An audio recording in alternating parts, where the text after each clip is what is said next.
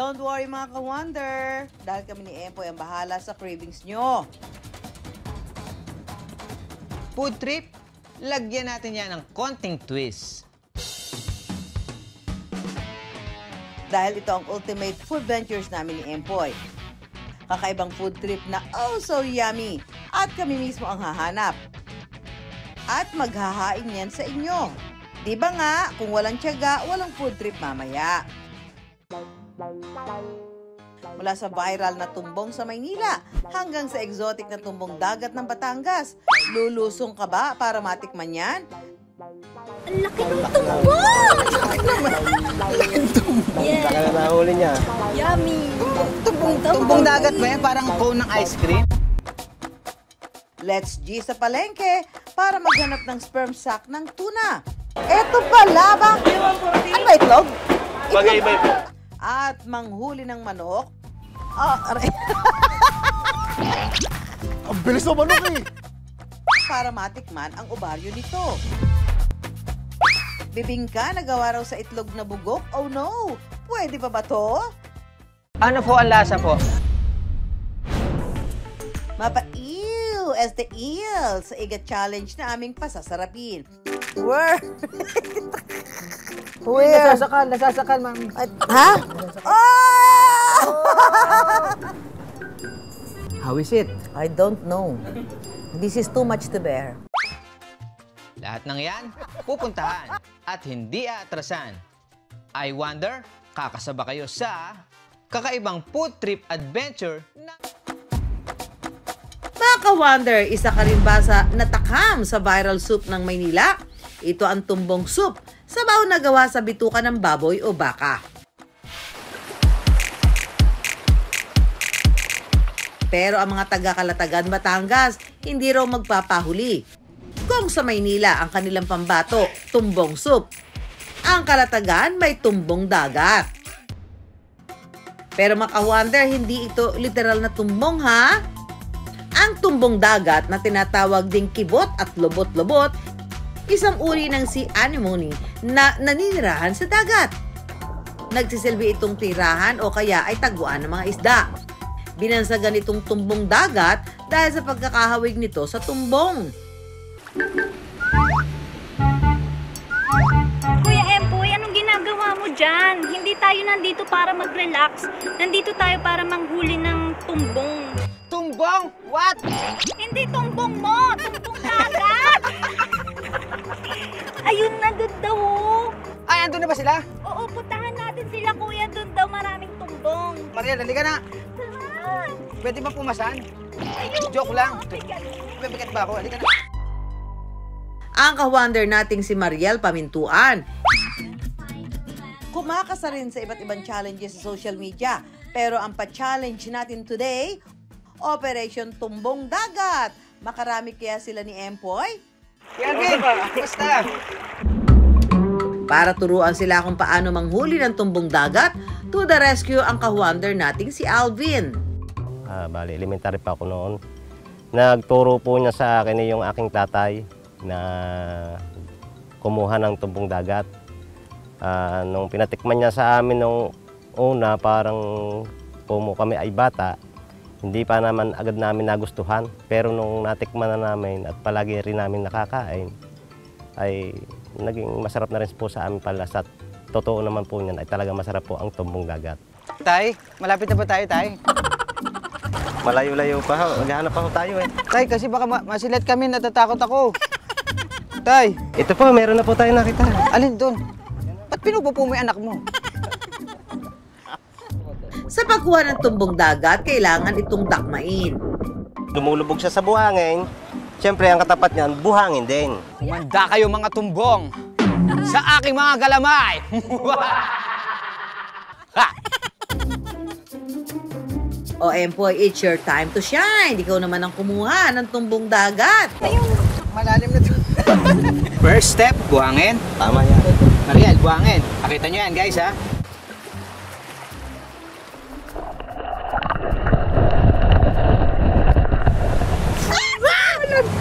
Meron! Meron! Meron! Meron! Meron! Ito na! Ito na! Ito na! May kasamang bato. Tanggalin mo yung bato. Siyempre, hindi magpapahuli si Mariel. Susubukan niya rin kumuha ng tumbong dagat. Yun! Ang laki naman nun sa'yo! Ang laki ng tumbong! Yeah. Kaya nahuli niya. Yummy! Tumbong dagat ba yan? Parang cone ng ice cream? Tumbong yummy!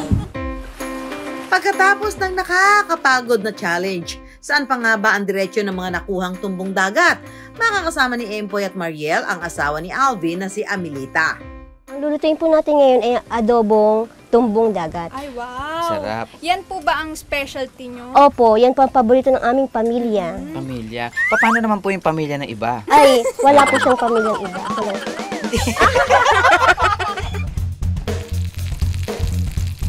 Hugasan na po natin. Pwede na po natin siyang ilagay na po. Igigisa ito at saka titimplahan ng toyo at tubig. Pagkalipas ng ilang minutong pagpapakulo, luto na ang adobong tumbong dagat.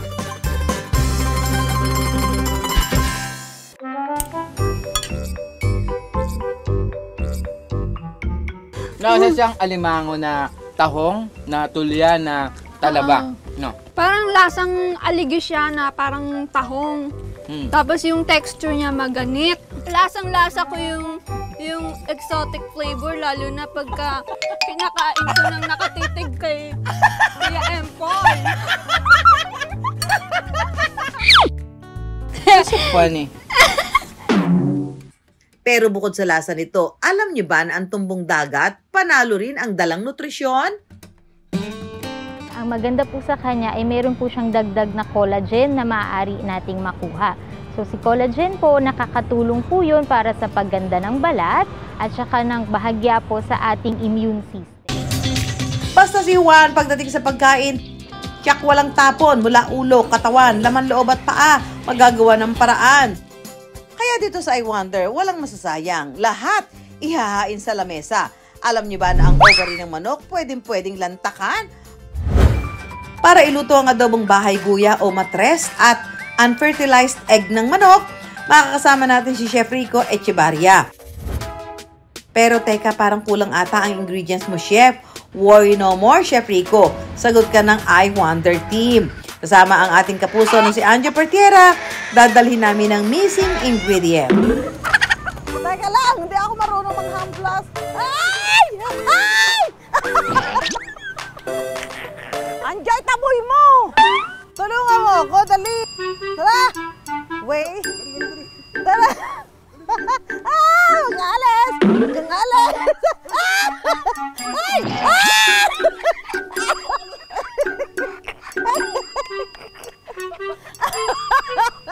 Yeah!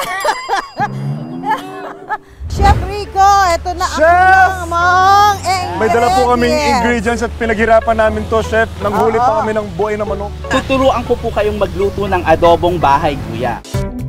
Sa pagluluto ng adobong guya, kailangan siyempre ng mga sangkap pang adobo. Kapag naihalo na ang mga sangkap, isunod na ang bahay guya at matres ng manok. Dagdagan ng mga pampalasa at hayaang kumulo hanggang matuyo. Ready to serve na ang adobong bahay guya.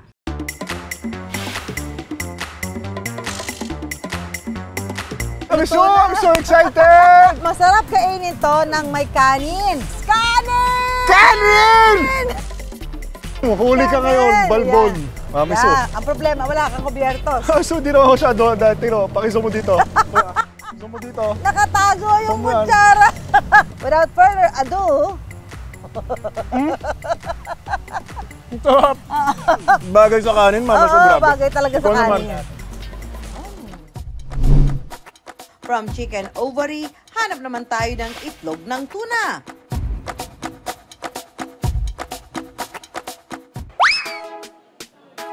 Saan ba si Bagaybay? Bagabak. Kuya naman, natakot naman ako sa'yo. Bagaybay. Nasaan? Ito. Ito pala. Ano ba itlog? Bagaybay po. Ay, itlog. Ito, itlog ng lalaki. Lalaki po. Oh, so ang bagaybay, itlog ng lalaking Tuna. Eh, bakit may kulay? Yan po yung pinagtanggalan sa belly niya. Parang pinakang... Ay, pinagtanggalan. Opo. Parang apdo. Opo, ma'am. Anong luto masarap dyan? Adobo, ma'am. Sigang. Magkano kilo niyan? 250 po.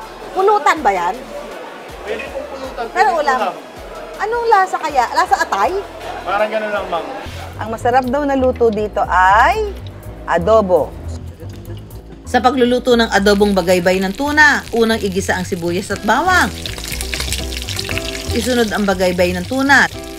Lagyan ng toyo, paminta, asin at daon ng laurel. Yan, pag nakita mo, parang ang dali niya maluto, oh. Isunod ang suka at pakuluing mabuti.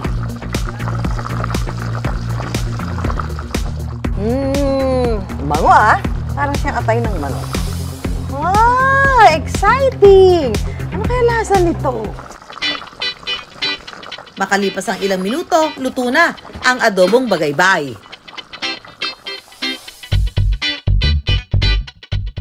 Pero hindi naman mawari ang itsura nito.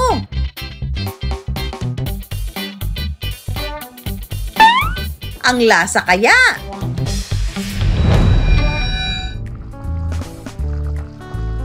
Pero maka-wonder, munting paalala lang, ang tuna, masarap at masustansya mang maituturing, kailangang hinay-hinay din dahil ang parte na ito, mataas pala sa kolesterol.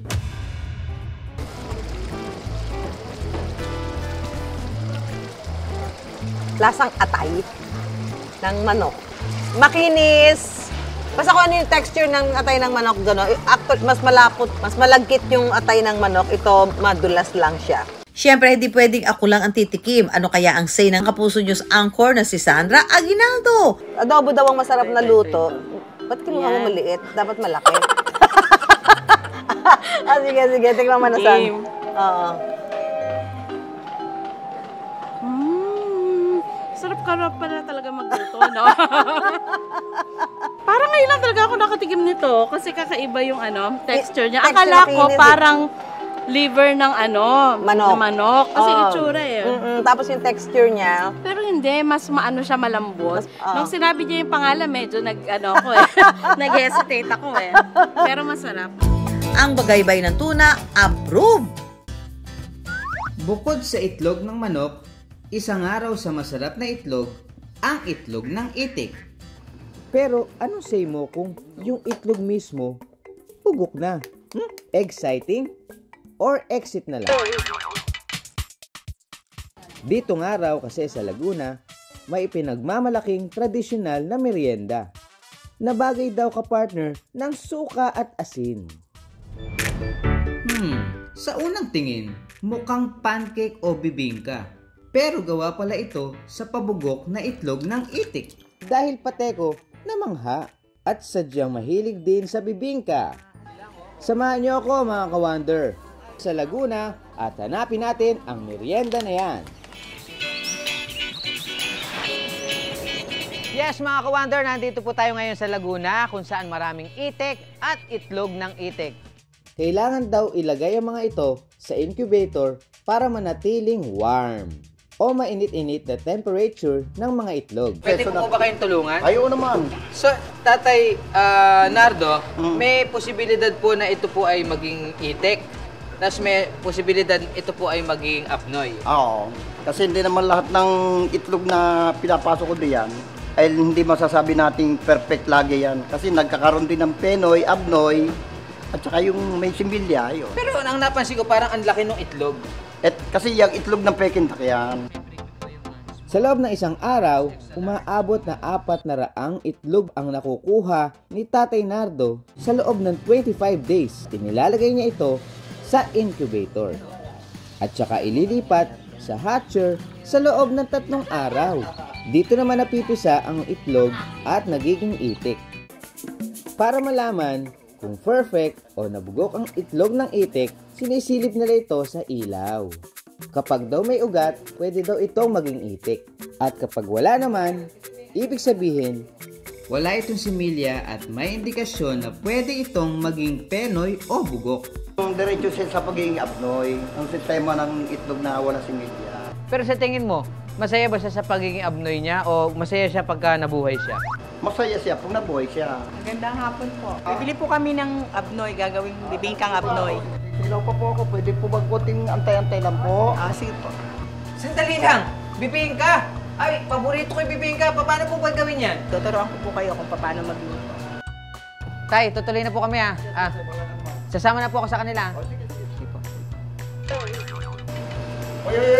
Ay, hindi po. Joke lang. Halika na. Tara na't gumawa ng bibingka gamit ang bugok na itlog ng itik. Bibingkang abnoy na raw ang naging kabuhayan ni Nanay Tess mula siya ay nung dalaga pa. Pwede po ba nating umpisa na? Babasagin lang po natin ito.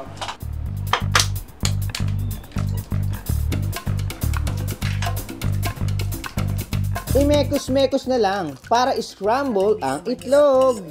Empoy, ito kailangan ganito, lalaibin muna natin yung dahon. Ano po tawag? Lalaibin? Oo. Lalaibin. Kasi para hindi siya mapunit. Tapos, sige po. hawakan mo yung tabo. Okay, sige po. Mag-iintay lang ng 15 minuto, pero kailangan itong haluin para pantay-pantay na maluto ang loob ng abnoy. Ganito lang talaga amoy na abnoy. Parang tokwa. Similar na lasa niya sa tokwa. Tatambalan mo siya ng masarap na sukang maanghang. Sukang maanghang. Lalagyan mo ng sili tsaka bawang, no? Maanghang na nga, wala nang sili. Kasama na yung sili. Oo nga. Lagyan na natin ito ng nagbabagang apoy. Tingnan natin, luto na po ba? Yan natin. 1, 2, reject! Wow! Charan! Luto na ang bibingkang abnoy. Alright! Sarap!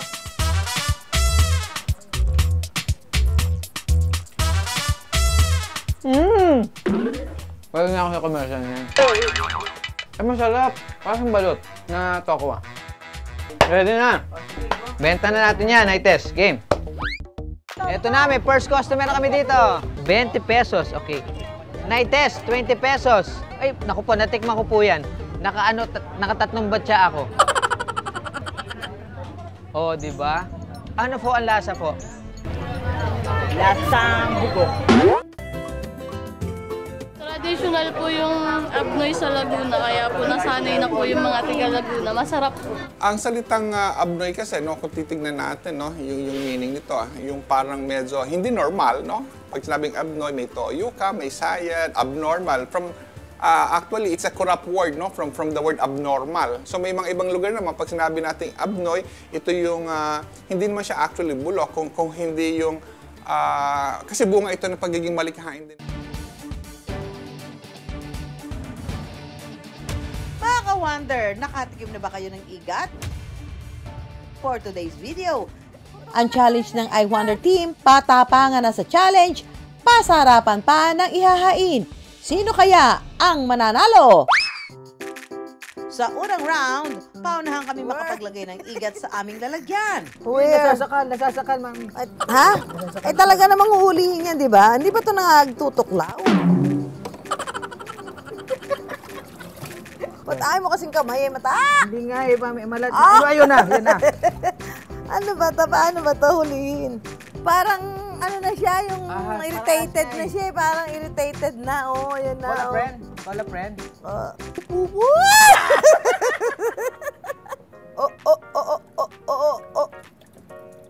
Napunta yun. Yun! Oh!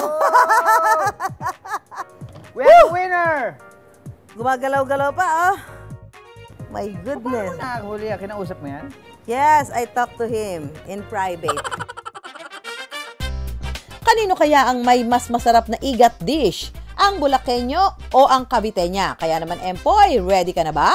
Ayan, Empoy, dahil sa inyo may igat din, di ba? At sa Cavite may igat. So magluluto tayo ng kanya-kanya nating recipe ng igat. Ang lulutuin mo ay... Tinolang igat. Tinolang igat. Ako naman po ay adobong igat sa gata. Ayun.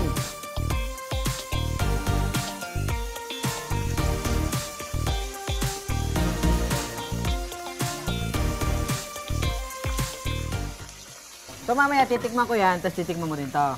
Naku, duda ako sa niluluto mo. Pwede tikman ko na lang yung luto ko kasi tikman ko yung luto mo. Ha? Makalipas ng ilang minuto, luto na ang mga niluto namin ni Empoy.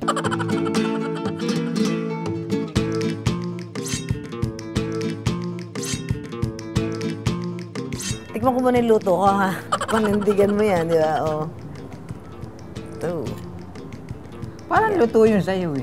Siyempre.